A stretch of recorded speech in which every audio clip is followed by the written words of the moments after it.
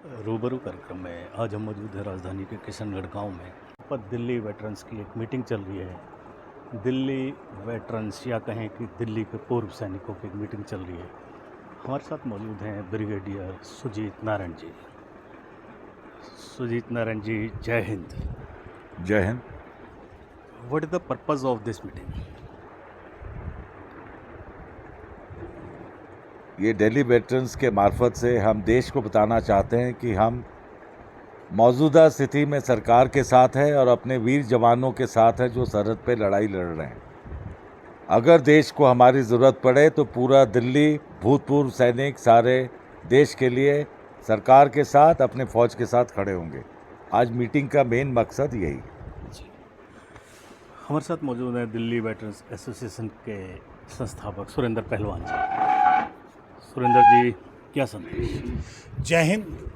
मुझे आदेश हुआ अपने राज्य सैनिक बोर्ड के सचिव ब्रिगेडियर नारायण साहब का,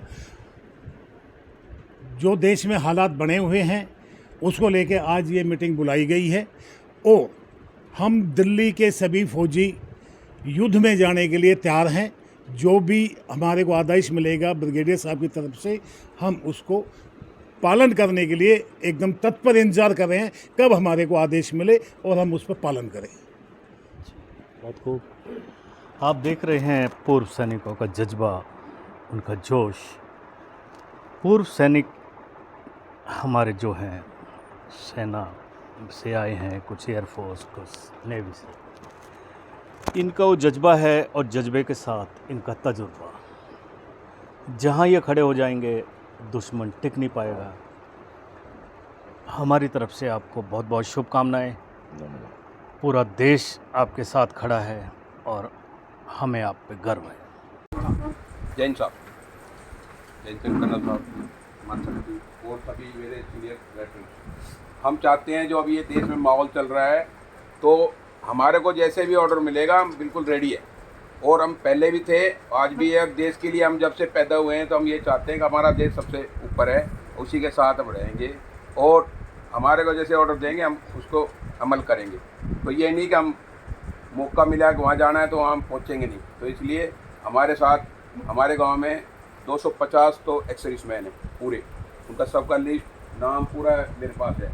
और उसमें शायद 50-40 ना भी हों जो थोड़े बुजुर्ग हो गए, ये तो सब रेडी हैं चलने के लिए, सब कह रहे हैं। लेकिन वो कल शाम को 6 बजे न्यूज़ ने सबका वो कर दिया, थोड़ा मोरल वो कर दिया, भाई सीज फायर हो गया, कुछ नहीं होना है। लेकिन हो रहा है, चल रहा है, होता रहेगा। ये तो अभी आगे देखो क्या होता है। होना चाहिए और सफाया होना चाहिए बस। Thank you. अगर इस बार छोड़ दिया तो बराबर हो जाएगा। अभी मैं अपनी मात शक्ति से रिक्वेस्ट करूंगा, ये खड़ी तो हो ही गई है पहले ही एडवांस में। हाँ बोलो। क्या कहा, क्यों कहा?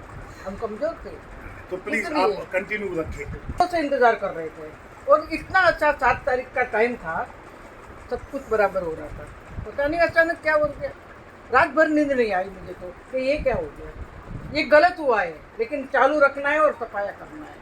हर लोग तैयार है, हम खुद तैयार है। मेरी 73 ईयर्स मेरी उम्र है, मुझे जहाँ भेजेंगे वो चल जाए। मेरे हस्बैंड का है नहीं, मेरे से जो होगा वो मैं करूँगी, लेकिन चालू रहना चाहिए और समाप्त नहीं करना है। करना है तो पूरा बराबर। अब नहीं रहा टाइम आगे के लिए, हमारे बच्चों का सोचो, हमारा तो हो गया। आगे दिन बहुत खराब आने वाले हैं अगर ये कंप्लीट नहीं किया तो। और मोदी जी को रिक्वेस्ट है कि रुकना नहीं चाहिए। देखो वक्त निकल जाता है ना, फिर कुछ भी सोचो कुछ नहीं होता। इनको बिल्कुल मिटा के रखेंगे। गरम लोहा जब होता है तभी वो फटता है। ये बलूचिस्तान को आजाद करा ले, उसके बाद सब कुछ हो जाएगा। जोश में सभी के अंदर इतना जोश भरा हुआ है, बस आदेश का इंतजार है सारी रात कब जगी हमें मैं। आदेश मिले और कब हम यहाँ से चले।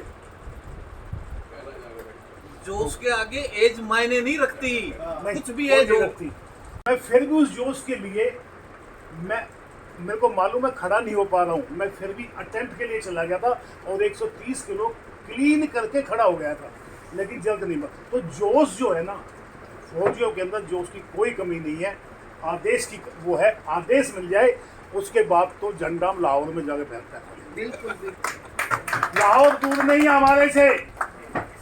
एक बार आदेश मिल जाए तो लाहौर में झंडा, रावलपिंडी में झंडा तिरंगा फहरा कर आएंगे, ये हमारा वादा है फौजियों का। आदरणीय सुरेंद्र साहब और हमारे सब वीर भाइयों बहनों, दिल्ली वेटरन्स को के जज्बे को मेरा सलाम।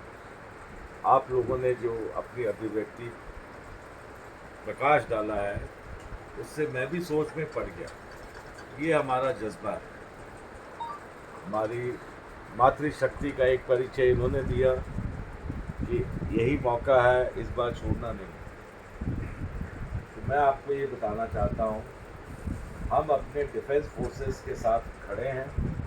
आज का सभा जो है हम इसलिए आए हैं कि हम एक दूसरे का मनोबल बढ़ाएं और देश को आश्वासित करें कि अगर उनको हमारी ज़रूरत है तो हम 24 घंटे खड़े हैं उन फौजियों के लिए जो सरहद पे जान जोखिम में डाल के ये युद्ध लड़ रहे हैं। न्यूज़ रूम में बोलना, दिल्ली में बैठ के बोलना, ये कहानी अलग। जहाँ राजनीति कूटनीति की बात है वो मेरा काम नहीं है सवाल जवाब करना, लेकिन मैं सोच सकता हूँ, मैं एनालाइज कर सकता हूँ ये शुरुआत कहाँ से हुई और कब से हुई और अब तक क्यों नहीं हुआ। क्या हम कमज़ोर थे?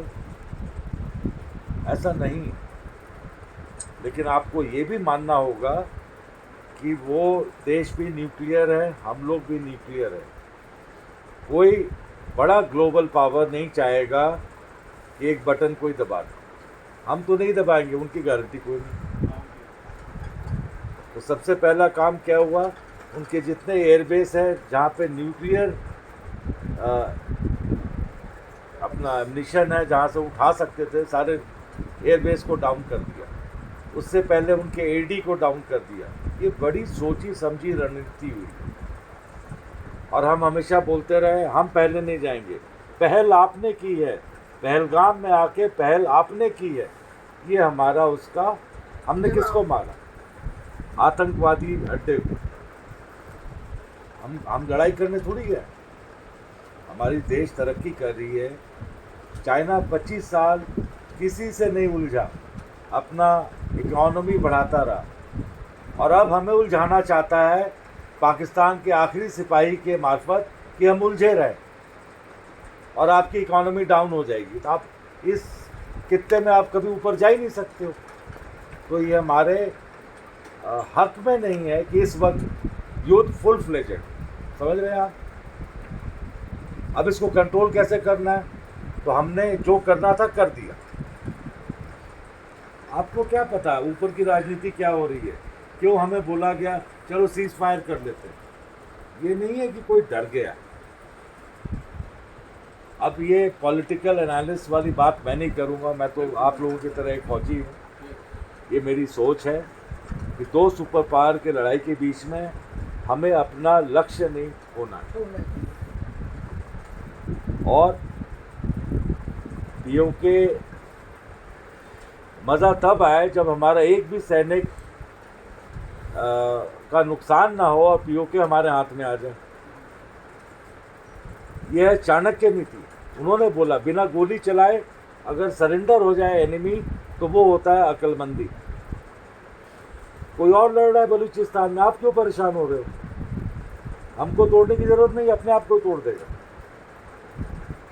जो काम चुपचाप हो रहा है होने दो। एनीवे, इससे ज़्यादा मैं अपडेट नहीं देना चाहता। नेवल चीफ, आर्मी चीफ सब मेरे बैचमेट हैं। मैंने उनसे भी नहीं पूछा। मुझे मालूम है वो अंडर लड़ाई के माहौल में, आप जानते हैं कितने मोबाइल्स मॉनिटर होते हैं, क्या बोल रहे हैं, तो हम लोग कुछ नहीं पूछते। लेकिन मैंने ये ऑफ़र कर दिया था दिल्ली की तरफ से, अगर ज़रूरत है तो हम तैयार हैं आपके साथ। जय हिंद। जय हिंद। लेंगे भाई लेंगे, लेंगे भाई लेंगे, लेंगे भाई लेंगे, लेंगे।